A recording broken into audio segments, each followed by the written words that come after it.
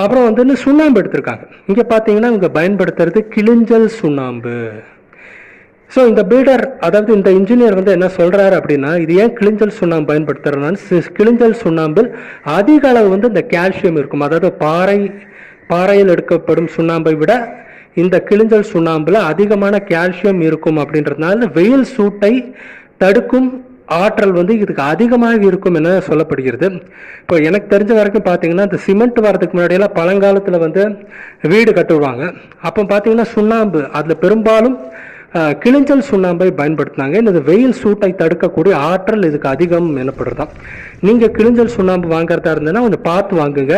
கலப்படம் இல்லாத ஒரு நல்ல கிளிஞ்சல் சுண்ணாம்பை பார்த்து வாங்குன்றது என்னோட அனுபவத்தை நான் உங்களுக்கு சொல்லிக்கிறேன். ஓகே, இப்போ வந்து பார்த்தீங்கன்னா அந்த சுண்ணாம்பையும் கடுக்காய் வெல்லம் ஊற வச்ச தண்ணியை நல்லா மிக்ஸ் பண்ணுறாங்க. நல்லா மிக்ஸ் பண்ண பிறகு என்ன பண்ணுறாங்க அப்படின்னா,